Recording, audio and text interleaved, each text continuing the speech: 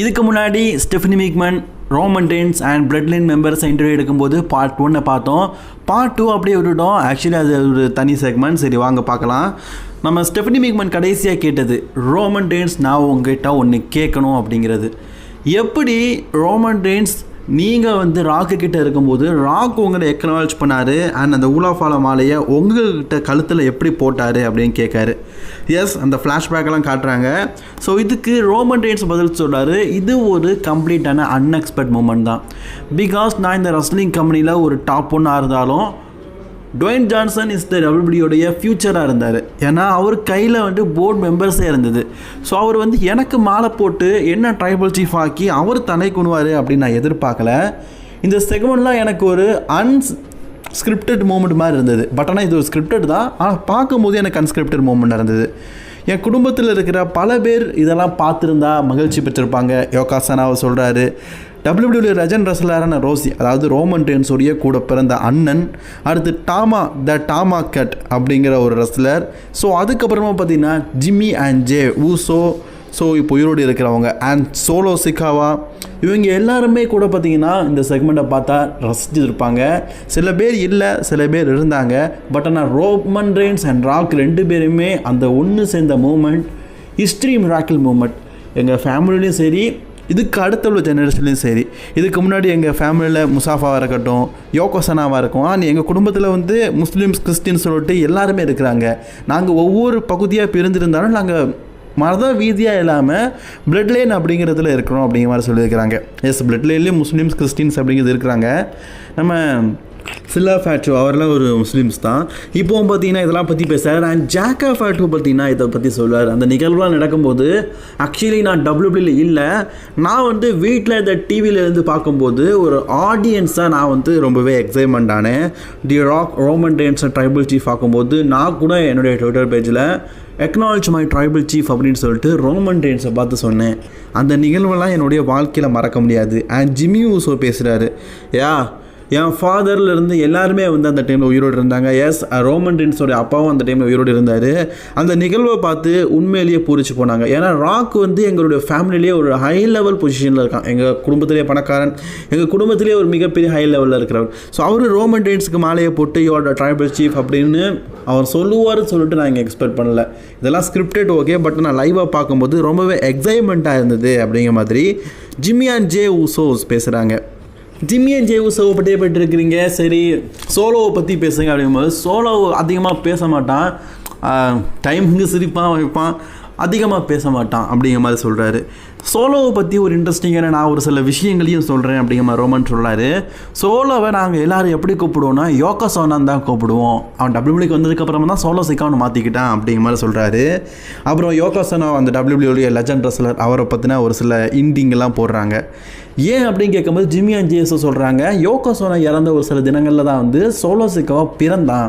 பிறக்கும்போது எங்கள் அப்பா வந்து யோகாசோனா மேலே அளவுக்கு அதிகமான ஒரு லவ் வச்சுருந்தார். ஸோ அதனால் சோலோ சிக்காவுக்கு பேர் வந்து யோகாசனா தான் வச்சோம். இப்போ கூட அவனுடைய மிடில் நேம் வந்து யோகாசனா தான். அது உண்மையானு கேட்கும்போது என்னை யோகாசனா அப்படின்னு சொல்லி தான் என்னை வீட்டில் கூப்பிடுவாங்க அப்படிங்கிற மாதிரி சோலோ சிகாவும் பார்த்தீங்கன்னா சொல்கிறாரு. ஸோ சோலோ சிகாவுடைய மிடில் நேம் பார்த்தீங்கன்னா, அதாவது எப்படி சொல்ல, நமக்கு ஒரு பிடிச்ச பேரை தூக்கி மிடில் வைப்போம்ல, அந்த மாதிரி இவருடைய நடு பெயர் பார்த்தீங்கன்னா இப்போ சோலோ யோகாசோனா சிக்காவா அப்படிங்கிறது தான் அவருடைய பேராக. இதை பார்த்தீங்கன்னா சொல்கிறாரு. ஸோ அதுக்கப்புறமா பார்த்தீங்கன்னா ரோமன் ரெயின்ஸ் சொல்கிறார், எனக்கு வந்து சோலோவை ஐ லவ் இட், எனக்கு அவனுக்கு ரொம்ப பிடிக்கும். எப்படின்னா அவன் குழந்த மாதிரி. சோலோ சிக்காவை வந்து நான் வந்து ஸ்கூல் படிச்சுட்டு இருக்கும்போது அவனை ஒரு குழந்தைய என் கையில் தந்தாங்க. ஸோ அப்போவே நான் வந்து ரொம்பவே பூரிச்சு போனேன். இப்போ என் முன்னாடி இந்த அளவுக்கு வளர்ந்து நிற்கிறான். Is deserve it. சோலோ சிக்காவை அவன் சாதிச்சிட்டான் அப்படிங்கிற மாதிரி சொல்கிறாரு. ஸோ அடுத்த கட்டமாக பார்த்தீங்கன்னா ஒருத்தரை பற்றி சொல்லி ஆகணும், பால் ஹேமன். டபிள்யூபிள்யூவில் பிளட் லைனில் இவரெல்லாம் ஒரு அங்கமே கிடையாது. பட் இருந்தாலும் ரோமன் ரெயின்ஸோடைய குடும்பத்துக்கும் பால் ஹேமனுக்கும் நெருங்கிய பல தொடர்பு இருக்குது. சரி, உங்களுக்கும் ரோமன் ரெயின்ஸோடைய குடும்பத்துக்கும் எப்படிப்பட்ட தொடர்பு இருக்குது அப்படின்னு கேட்கும்போது, நான் ஒரு வாய்ஸ் மேனாக இந்த ரெஸ்லிங் கம்பெனியில் இருக்கிறேன். பட் இருந்தாலும் Prague Lesnar and many wrestlers கூட நான் இப்போது கூட இருந்துருக்கிறேன். ஆனால் ரோமன் ரெயின்ஸோடைய குடும்பத்தில் தான் என்னுடைய வாழ்க்கையில் பாதி நாள் இருந்திருக்கிறேன் அப்படிங்கிற மாதிரி சொல்கிறாரு. உனக்கு தெரியுமான்னு தெரில, உங்கள் அப்பாவுடைய அப்பா, உன் தாத்தா காலத்துலேருந்தே நான் ஆண்ட்ரூ த ஜெயின் கூடலாம் நான் பால் ஹேமன் ஆகிய நான் வந்து ரஸ்லிங் ட்ரைனிங் எடுத்துருக்கிறேன். அது மட்டும் இல்லாமல் டபிள்யூடபிள்யூடைய பல ரஸ்லர்ஸ் கூட நான் இருந்திருக்கிறேன். உங்கள் அப்பா வின்ஸ் மிக்மனுடைய அப்பா, அதாவது நம்ம ஸ்டெஃபனி மிக்மனுடைய தாத்தா, அவர் காலத்துலேயே வந்து நான் மேடிசன் ஸ்கொயர் கார்டனில் ஸ்டேஜ் டெக்கரேஷன் ஒர்க்கில் இருந்துருக்கிறேன். ஸோ அதுக்கப்புறமா ஸ்கில்ஸ் மேனேஜ்மெண்ட் கற்றுக்கிட்டு ஸ்கில்ஸ் மேனேஜ்மெண்ட்டில் ரெஸ்லிங் கெரியருக்கு வந்தேன். நான் பல பேருக்கு வந்து வாய்ஸ் மேனாக இருந்திருக்கிறேன். அண்டர்டேக்கர், ஆர்விடி, பிக் ஷோ, பல பேர். பட் இருந்தாலும் முதல்ல நான் வந்து வாய்ஸ் மேனாக இருந்தது அப்படின்னா என்னுடைய 19வது வயதில் ரோமன் ரெயின்ஸோடைய குடும்பத்தை சேர்ந்த சமோவன் ஸ்வெட்டாட் அப்படிங்கிற ஒருத்தர் தான். அவருக்கு கூட நான் வந்து இருந்திருக்கிறேன், பயணிச்சிருக்கிறேன் அப்படிங்கிற மாதிரி சொல்லியிருக்காரு. ஸோ இவர் வந்து ரோமன் ரெயின்ஸோடைய குடும்பத்தை சேர்ந்தவர், ரோமன் ரெயின்ஸோடைய அப்பாவுடைய தம்பி அப்படிங்கிற மாதிரி சொல்கிறாங்க. ஸோ அவங்க கூட பிறந்தவங்க போல இருக்குது. ஸோ அவங்க கூட நான் பயணித்து, அப்புறம் ரோமன் ரெயின்ஸோடைய அப்பா கூட பயணித்து, மோர் தென் நான் நிறைய சமூவன் ஃபேமிலி கூட பயணித்ததுக்கு அப்புறமா தான் மற்ற ரெஸ்லர்ஸ் கூட பயணிச்சிருக்கிறேன். ஸோ பிளட் லைன் இருக்கிற இவங்க எல்லாருமே கை குழந்தையாக இருக்கும்போதே பார்த்தீங்கன்னா அவங்க அப்பா கூட, அவங்க அங்கிள் கூட எல்லாம் நான் பயணிச்சிருக்கிறேன் அப்படிங்கிற மாதிரி சொல்கிறாரு. சாமி ஜெயின் சொல்கிறாரு, நான் ஹானரி ஹூஸ் அப்படிங்கிற இதில் இப்போ இந்த இடத்துல எல்லாருமே ஃபேமிலி மெம்பர்ஸ், நான் இந்த இவங்க ஃபேமிலியே கிடையாது.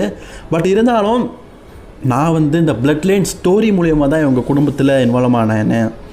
எனக்கு இது ஒரு கோல்டன் ஆப்பர்ச்சுனிட்டி. ஏன்னா நான் அதுக்கு முன்னாடி ஒரு ஹை லெவலில் இல்லாமல் இருந்தேன். இந்த பிளட் லைன் ஸ்டோரிக்கு அப்புறமா நான் பெரிய லெவலில் இருந்தேன். ஈவன் ஜேக்கு எனக்கு பிடிக்காது அப்படிங்கிற மாதிரி சொல்கிறாரு. ஆக்சுவலாக இந்த ஸ்டோரியை இப்போ ரிப்பீட் பண்ணி பார்த்தா ஜே ஊசோவுக்கு வந்து சாமி ஜெயினை பிடிக்கலை. ரோமன் ரெயின்ஸ் தோக்குற திருவாயில் கெவின் ஓவன்ஸ் அட்டாக் பண்ணி நான் ரோமன் ரெயின்ஸுக்கு ராயல்ட்டியான ஆள் அப்படிங்கிறத நிரூபித்தார். ஸோ அப்படி தான் பார்த்தீங்கன்னா ரோமன் ரெயின்ஸுக்கு தான் ஒரு ராயல்ட்டியான நபர் அப்படிங்கிறத சாமி ஜெயின் நிரூபித்தார். ஸோ இப்படிப்பட்ட தருணங்கள் அப்போ நடந்தது. ரோமன் ரெயின்ஸும் போகிறாரு. ஆக்சுவலி எனக்கு சாமி ரொம்ப பிடிக்கும். சாமி இருக்கிற இடத்துல எப்போவுமே வந்து ஒரு கலகலப்பு இருக்கும். சாமி ஜெயின் பேசுகிற விஷயம் மைக்கில் எடுத்து சில டைம் ஊசின்னு பேசுவோம், எனக்கெல்லாம் சிரிப்பு வந்துடும். ஒரு சீரியஸான டைமில் கூட சாமி ஜெயின் பேசுகிற விஷயங்கள் சிரிப்பாக இருக்கும். அப்போ பேக் ஸ்டேஜில் யோசிச்சு பாருங்கள், நாங்கள் எப்படிலாம் வந்துட்டு போனோம். Sami Jain really my part of family. Blood லைனை தவிர்த்து சாமி ஜெயினுக்கும் எங்களுக்கும் ஒரு நல்ல தொடர்பு இருக்குது அப்படிங்கிறத சொல்கிறாரு. டாமா சொல்கிறார், எஸ் இந்த மாதிரியான பிளட் லைன் செக்மெண்ட் நடக்கும்போது நான் டபிள்யூபிள்யூல இல்லாமல் இருந்தேன். பட் ஆனால் நான் ஒரு நாள் டபிள்யூபிள்யூக்கு வருவேன்னு தெரியும். அதுக்கு காரணம் என்னுடைய ஃபாதர் அப்படின்னு சொல்லிட்டு அவருடைய ஃபாதரை பற்றி சொல்கிறாரு. ஸோ அவருடைய ஹாக்கு, அவருடைய அப்பாவும் சரி ஜாக்கஃபர்டோட அப்பாவும் டாக் டீமராக இருந்திருக்கிறாங்க. அதாவது டாங்காலாவும் ஜாக்கஃபாட்டும் அண்ணன் தம்பி தான். பட் ஆனால் வேறு அப்பா, பெரியப்பா சித்தப்பா மாதிரி. இவங்க 2 பேரோட அப்பாவும் டாக் டீமாக இருந்திருக்காங்க. அவங்க அப்பா தான் கூட பிறந்த அண்ணன் தம்பி. ஸோ இவங்கெல்லாம் பெரியப்பா சித்தப்பா மூலியமாக பிறந்தவங்க. ஸோ நாங்கள்லாம் சின்ன குழந்தையாக இருந்தோம். நான் ஒரு நாள் வந்து இப்படி ரீயூனியன் ஆகும், அதுவும் ரெஸ்லிங் கரியரில் டபிள்யூபிள்யூ அப்படிங்கிறத நினச்சி பார்க்கலன்னு. ஸோ ரோமன் ரெயின்ஸும் சொல்லார், நாங்கள் அதை எதிர்பார்க்கவே இல்லை. ஏன்னா ஹக்கும் சரி டக்காவும் சரி இவங்க 2 பேரும் தனித்தனி ரெஸ்லிங் கரியரில் இருந்தவங்க. பட் ஆனால் மீண்டும் அவங்க குடும்பத்தின் மூலியமாக எப்படி ஒன்று சேருவாங்கன்னு சொல்லிட்டு நானும் ஒரு அன்எக்ஸ்பெக்ட் மூவ்மெண்ட் எதிர்பார்க்கல அப்படிங்கிறத சொல்கிறாரு. அண்ட் ஸ்டெஃபனி மிக்மன் இப்போ ரோமன் ரெயின்ஸை பார்த்து சொல்கிறாங்க, ரோமன் நீங்கள் வந்து ஃபுட்பால் கெரியரில் ஒரு ஃபயர் ஆகி நீங்கள் அந்த கெரியரை விட்டே போய் இப்போ ரெஸ்லிங் கெரியரில் இப்படி ஒரு டாப் 1 லெவலாக. ஸோ ஈவன் நிறைய ஃபுட்பால் ஈவெண்ட்டுக்கு உங்களுக்கு சீஃப் கெஸ்ட்டாக போட்டு நீங்கள் போகலை, ஏன்னா மதிக்காத இடத்துல போகலை அப்படிங்கிறத சொல்லும்போது எஸ் ரோமன் ஆமான்னு சொல்கிறாரு. அண்ட் ஜாக்கஃபாட்டு பேசுகிறாரு.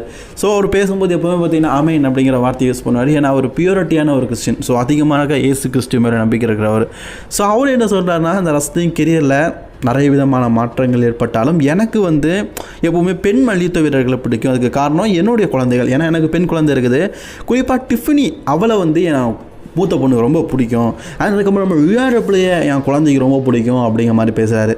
அதுக்கப்புறமா பார்த்தீங்கன்னா நயா ஜாக்ஸை வந்து சொல்லிவிட்டு அடுத்து நயோமியை பார்த்தீங்கன்னா ட்ரிட்டின் ஆஃப் ஃபேட்டு அப்படிங்கிற மாதிரி சொல்கிறாங்க.